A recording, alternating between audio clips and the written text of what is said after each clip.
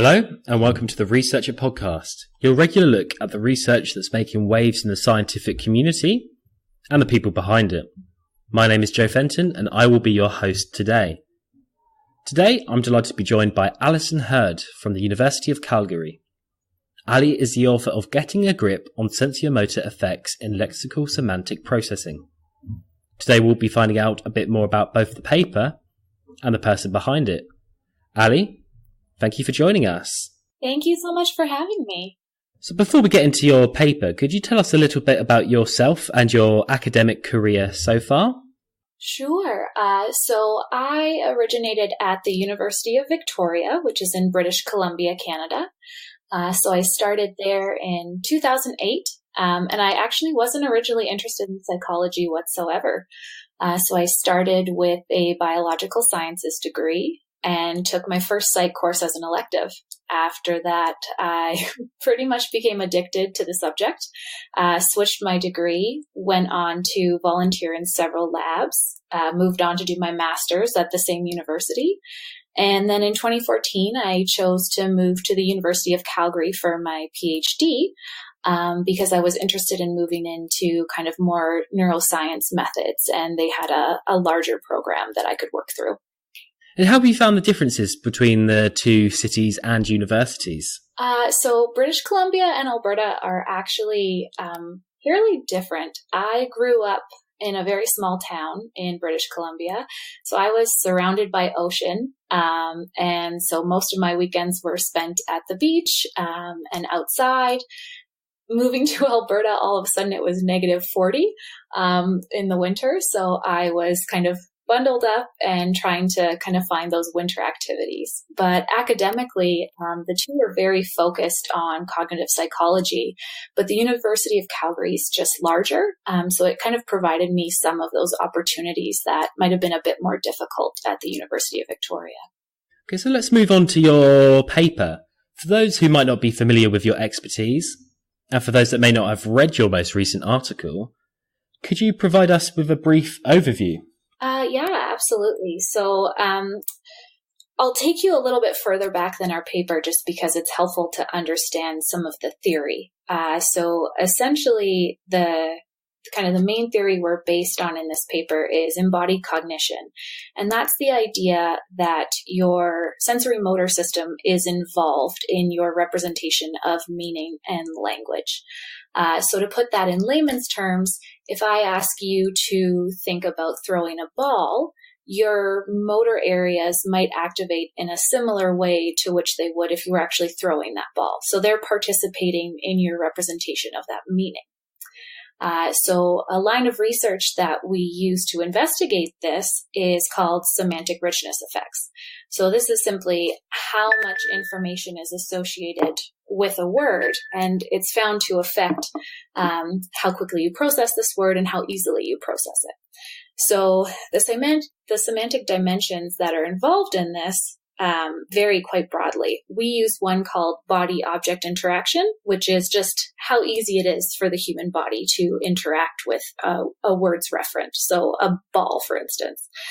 But this body-object interaction dimension is really coarse. So it's capturing motor information that's involved with your legs, for instance, when you kick a ball, with your upper body when you pick up a ball, and all other types of motor information. So there's other semantic dimensions that can be more specific, so upper limb or lower limb, what have you.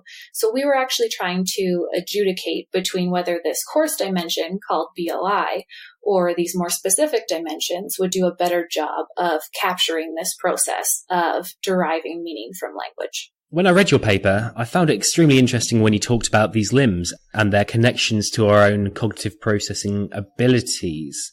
And it's something that I had never even thought about before reading your paper.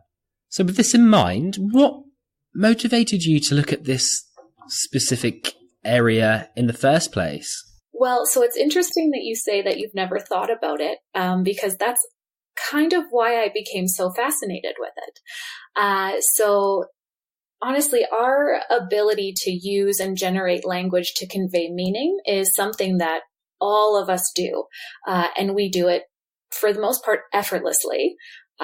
those of you listening to this are doing it right now. But it's so poorly understood. Our process in which we're able to do this is just something that we still haven't grasped, but it's also what makes us very unique on this planet. So I kind of became hooked through this mystery. Mystery is a really nice way of putting it.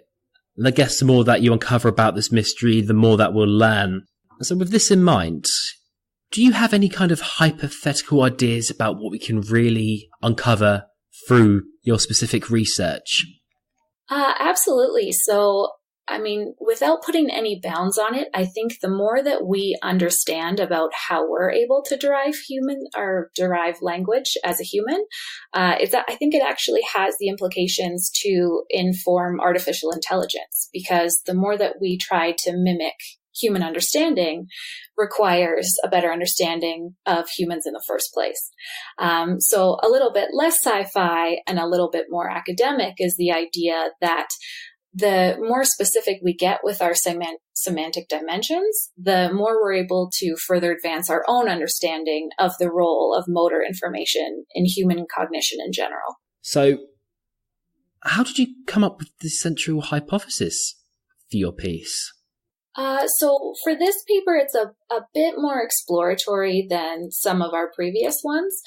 So ultimately, we were really interested in just comparing whether there were semantic dimensions or one semantic dimension that could capture motor information better or as well as body-object interaction, which is the dimension that we currently use.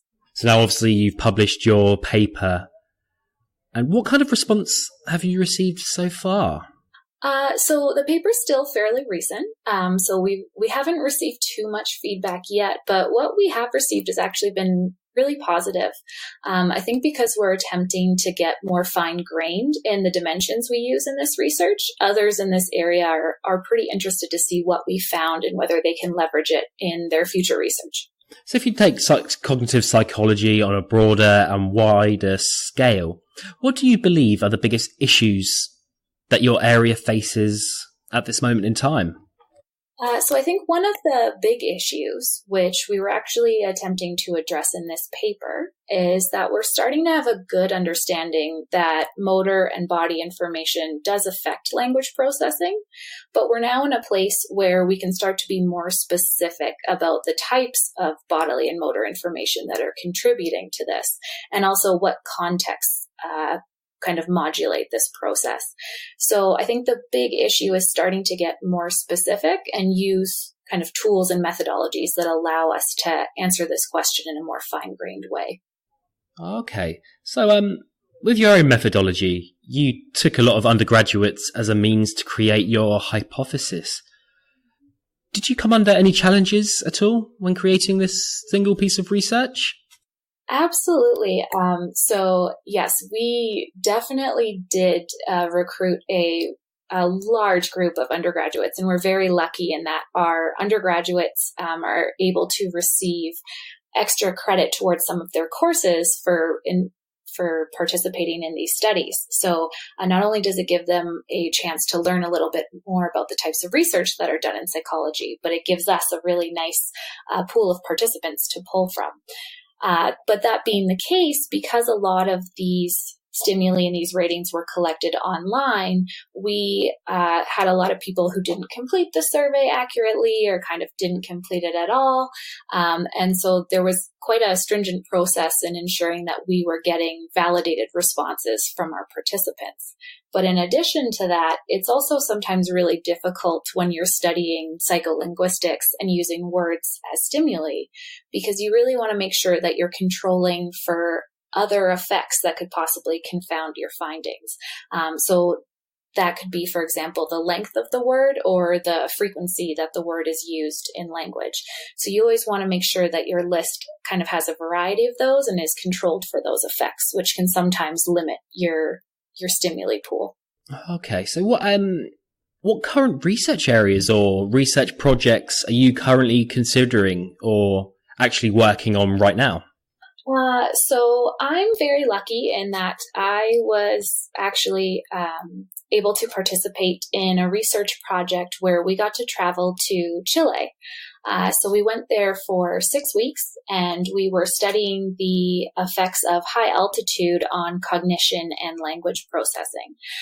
So we did this in conjunction with the ALMA Observatory. So we actually went up to their observatory, which is 5,050 meters. And we were studying how the acclimatization process was affecting people's ability to process words. So obviously, as you can kind of tell, that was a huge undertaking.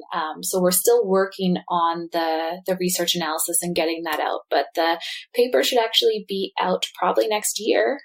So we're very much looking forward to getting that out there and kind of seeing what people think of it.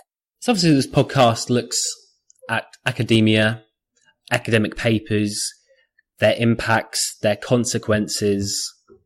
But we also want to speak to academics about their life as an academic. So I'm just going to ask you if there's been a certain academic group or an individual that has either impacted you on this piece or throughout your academic career so far. Sure. So I'd say someone who's kind of impacted my academic career is Larry Barcelou, who's actually been really instrumental in developing a lot of the theories around embodied cognition, which is what our paper is kind of a derivative of, and also the role of the motor system in representing meaning. So it was actually a few of his papers that got me really fascinated on the subject in the first place. But I would also definitely have to say my current PhD supervisor, Penny Pexman. So she's been doing this research a lot longer than I have. She kind of gave me the tools and training I needed to follow my dreams and do this. But she also is just one of those people that really encourages you to grow and makes it seem effortless. So she's able to balance, a family, an incredible career, and she's also a huge proponent of women in cognitive science. So she's actually the co-founder of the Canadian chapter for women in cognitive science. And so she's really been someone to look up to. Obviously, role models play a huge part in our learning and our development. And so with your own learning and development, have you got any goals or do you want to accomplish something specific in your academic career? So the short-term goal, obviously, is I'm working on finishing my dissertation. So I'll actually be defending very late this year. So I'm really looking forward to kind of finalizing this. And this paper is actually one of the chapters of that dissertation. So it's a really nice step in that direction. So as for my kind of longer term career goals, I'm actually thinking about pursuing a career in industry because I'm really passionate about knowledge translation and research application. So I'd really like to work on making research more accessible to the general public. So that's why I'm also really happy and honored that you invited me to speak today. And so for my last question, I'm going to ask you what your one piece of advice for anybody now starting their PhD. So I think I'd have to say, just be patient and kind to yourself. I was the type of person who entered into my PhD going a million miles an hour. I wanted to accomplish everything and I wanted to do it now. I wanted to get papers out really rapidly. But this type of work takes time, especially to develop the necessary understanding of the theories, to develop your own personal research skills, and really just come into your own in whatever field you've chosen to go into. So just sometimes understand that it's going to take longer than you think, and that might actually be a really good thing. Amazing. And I'm sure loads of PhD students will definitely take this advice on board with them. Well, that's all we've got time for today. We've been joined by Alison Heard from the University of Calgary, author of Getting a Grip on Sensorimotor Effects in Lexical-Semantic Processing. Ali, thank you so much for joining us. Thank you. Thank you for listening, everyone.